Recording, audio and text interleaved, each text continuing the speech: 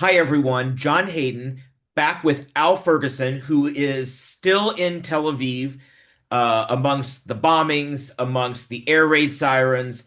Al, this is Tuesday afternoon for us, and I know that the story is constantly changing. This interview may be irrelevant by the time we finish this interview, but it's so key for us to get an idea, a perspective, literally on the ground in Tel Aviv from an LGBTQ plus journalist, as well as a South Floridian. People back here see it on TV, but you're a connection for us. So, what is the latest from your perspective? You're in your hotel right now with Tel Aviv and the Mediterranean behind you. I am. John, I'm at the Royal Beach Hotel. I'm sitting right to the left of me over the footprint of the former ghost town called Tel Aviv Pride. It didn't happen on Friday. We're now in approaching day 5 of this event, early Friday morning happening. Um, as shocking as Friday morning was, somebody asked me today when that first alarm went off. I was really confused about what was going on. My phone rang, a terribly obtrusive siren went off. I didn't understand it. Then the sirens in Tel Aviv went off, and I didn't understand it. And then overhead announcements in the hotel said to proceed to emergency shelter immediately, of which I didn't know where it was. So I had to go to the lobby of the hotel, and then they directed me to where the shelter was. That situation 5 days ago is now surreal. I have been through maybe 12 to 15. I'm documenting it, but because I don't have it in front of me, I can't tell you exactly. This is happening over and over and over again, and it's surreal. And to be honest with you, it is incredibly scary for somebody from LGBT South Florida. I have never been through anything like this, and so where we are today is it's worsening. And it's worse today than it was Friday morning when they canceled Tel Aviv Pride. Here on Tuesday evening, we're late in the evening on Tuesday now in the mid afternoon for you in Fort Lauderdale, and the situation is worsening. And if anything, I only see signs of this getting worse as opposed to it getting better. So, because of that, it's very scary. I'm in a situation, John, where I'm anticipating the alarm now. I'm anticipating when my phone is going to go off.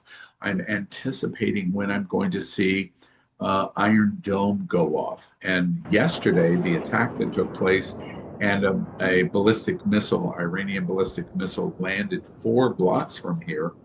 I watched Iron Dome from central Tel Aviv go off to try to defend central Tel Aviv.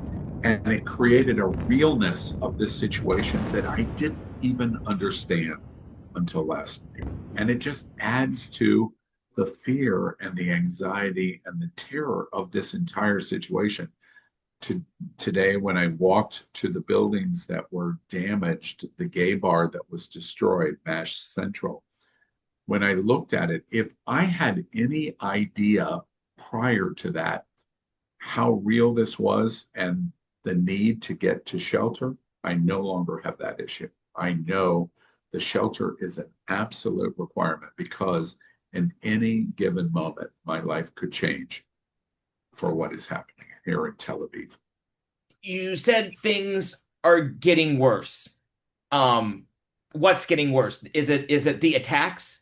Are they more frequent? The morale, the food supply, the lack of interaction with other people outside of the people in your bomb shelter. How is the situation deteriorating? As always, John, you asked the best and rightest questions because all of your questions there were absolutely correct. Um, First and foremost, somebody from Global Tourism Tel Aviv asked me today, in all sincerity, they asked me, "Are you getting food?" And it was a shocking question to me Mhm. because their assumption was they were not completely comfortable and completely certain that I was getting food in central Tel Aviv in a five-star hotel in Tel Aviv. And it's an example of the uncertainty here. It's just one of many, many examples. The reason this is worsening is there seems to be no interruption to the attacks from Iran. We know the Israelis have control of the air over Tehran and Iran, but that does not seem to be slowing the attacks down.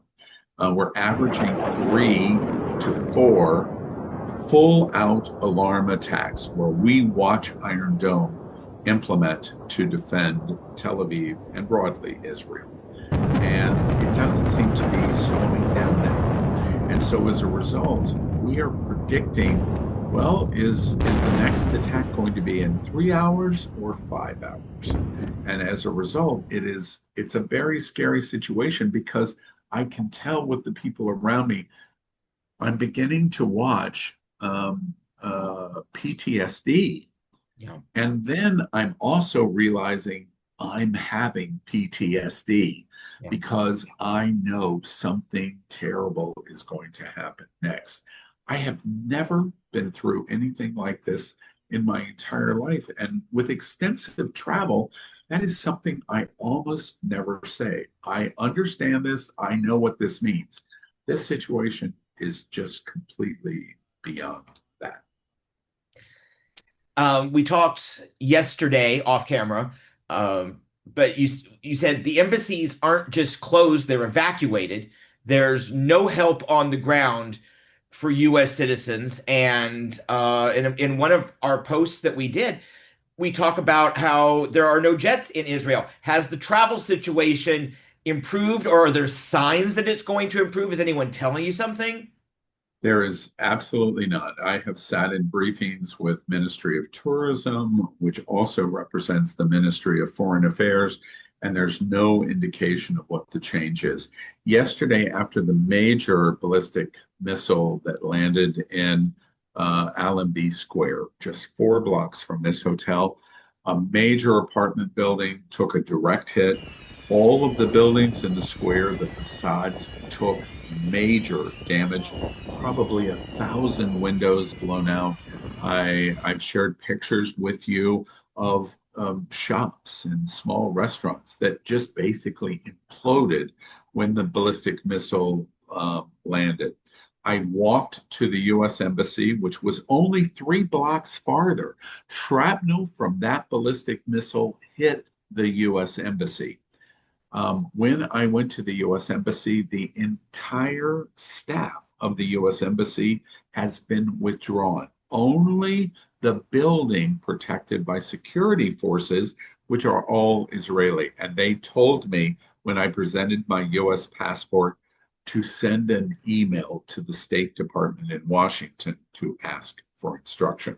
And by the way, John, interesting, you will laugh at this. Hopefully, you will laugh at this illustration. I did not follow who the ambassador to Israel is. And it's one of the most embracing LGBT people in America. Mike Huckabee is the ambassador to Israel. Let that digest on you.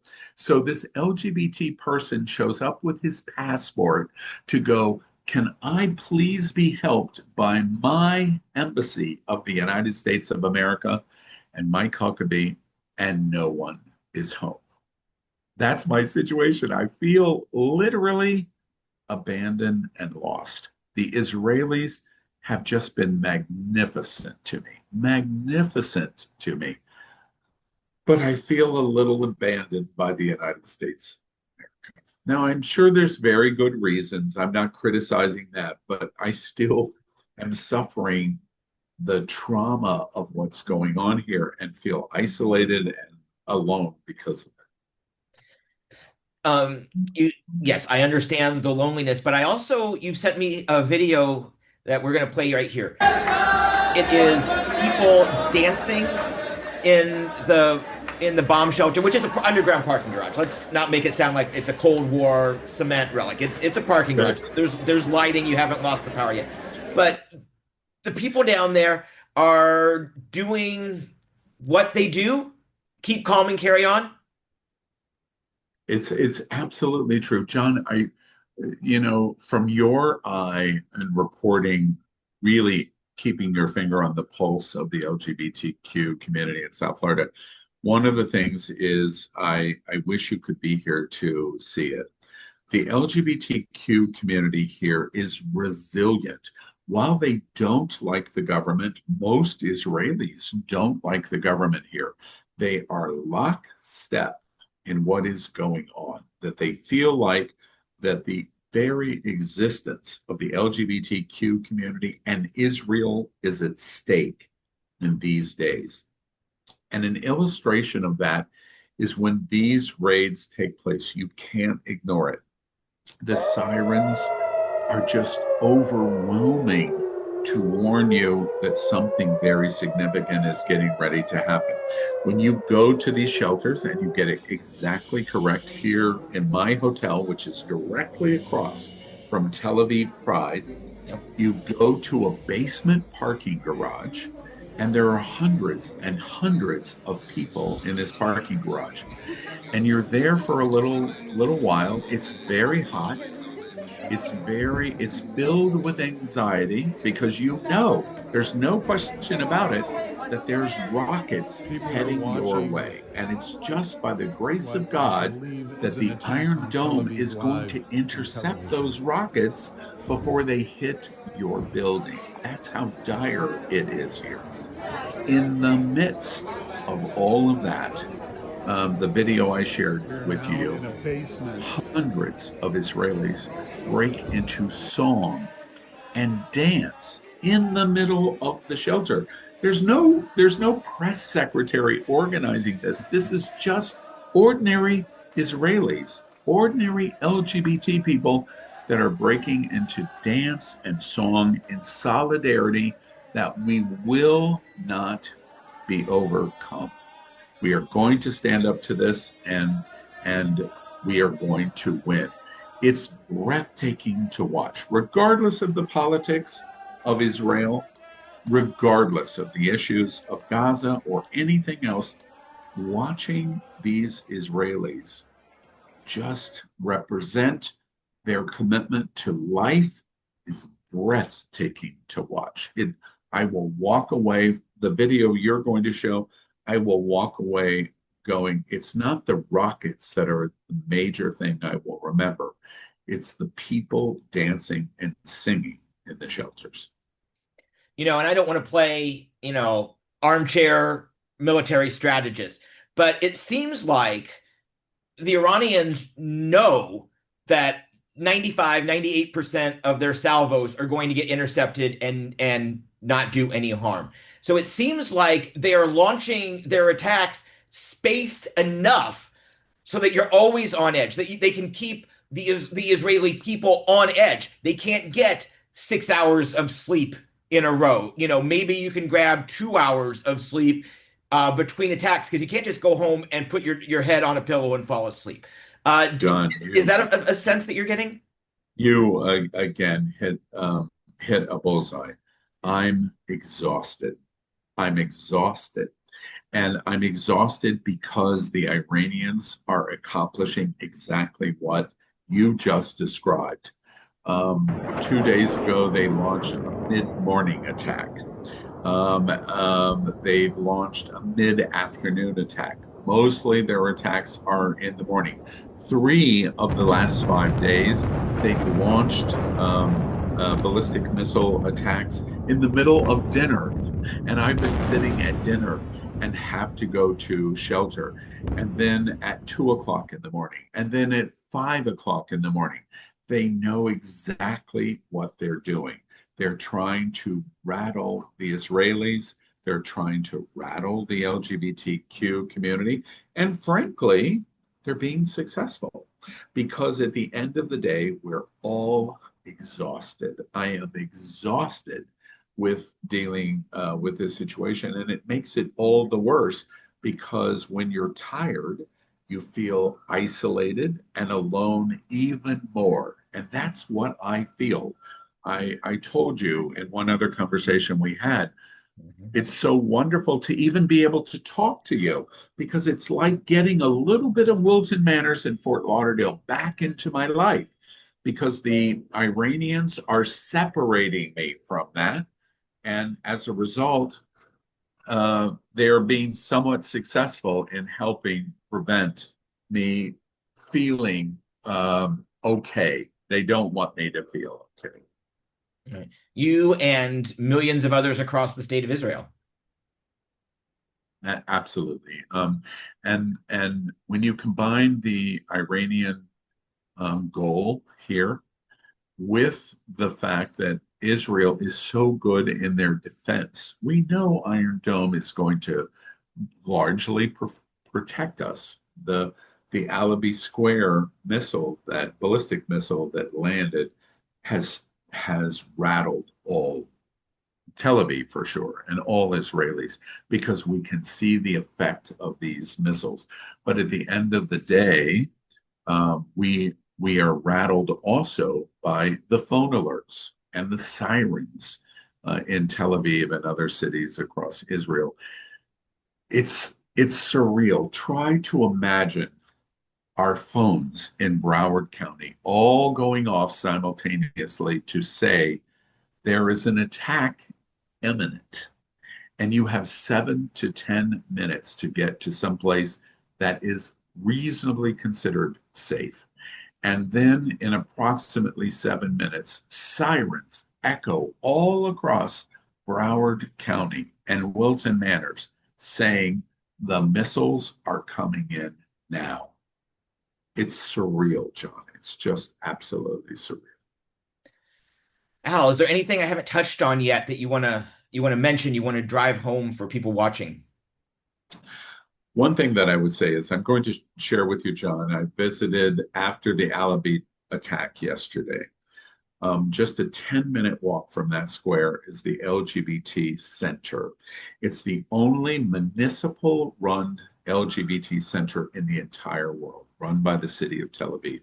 3 or 4 stories tall. I met the director of the center. He showed me through a 400-seat theater, all of the services that they provide, very much like the Pride Center at Equality Park, except it's a municipal program in the city of Tel Aviv.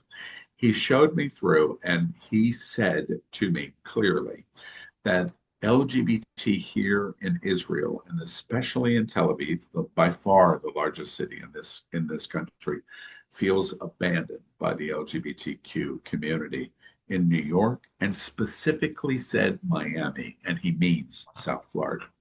And he says, we thought we had friends here across the world.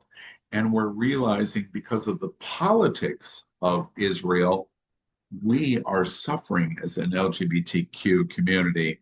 And it has been very sad to them. And I'll share that interview with you and share it broadly. But at the end of the day, the LGBTQ community is rattled here, not only because of Tel Aviv Pride being canceled because of this state of emergency, but equally from Iran's attack that caused the cancellation of Tel Aviv Pride, of their feeling that we don't stand with them. And they're not talking about America. They're talking about the LGBTQ community. And one of the things that I think we're going to have to look at closely is, do they have a point? That the LGBTQ community in the United States, and especially from our focus, your focus, my focus of South Florida, we should consider, are we speaking of LGBT in Israel in the way that we want to be speaking? The director of the LGBT Center here, a gay man, is saying no.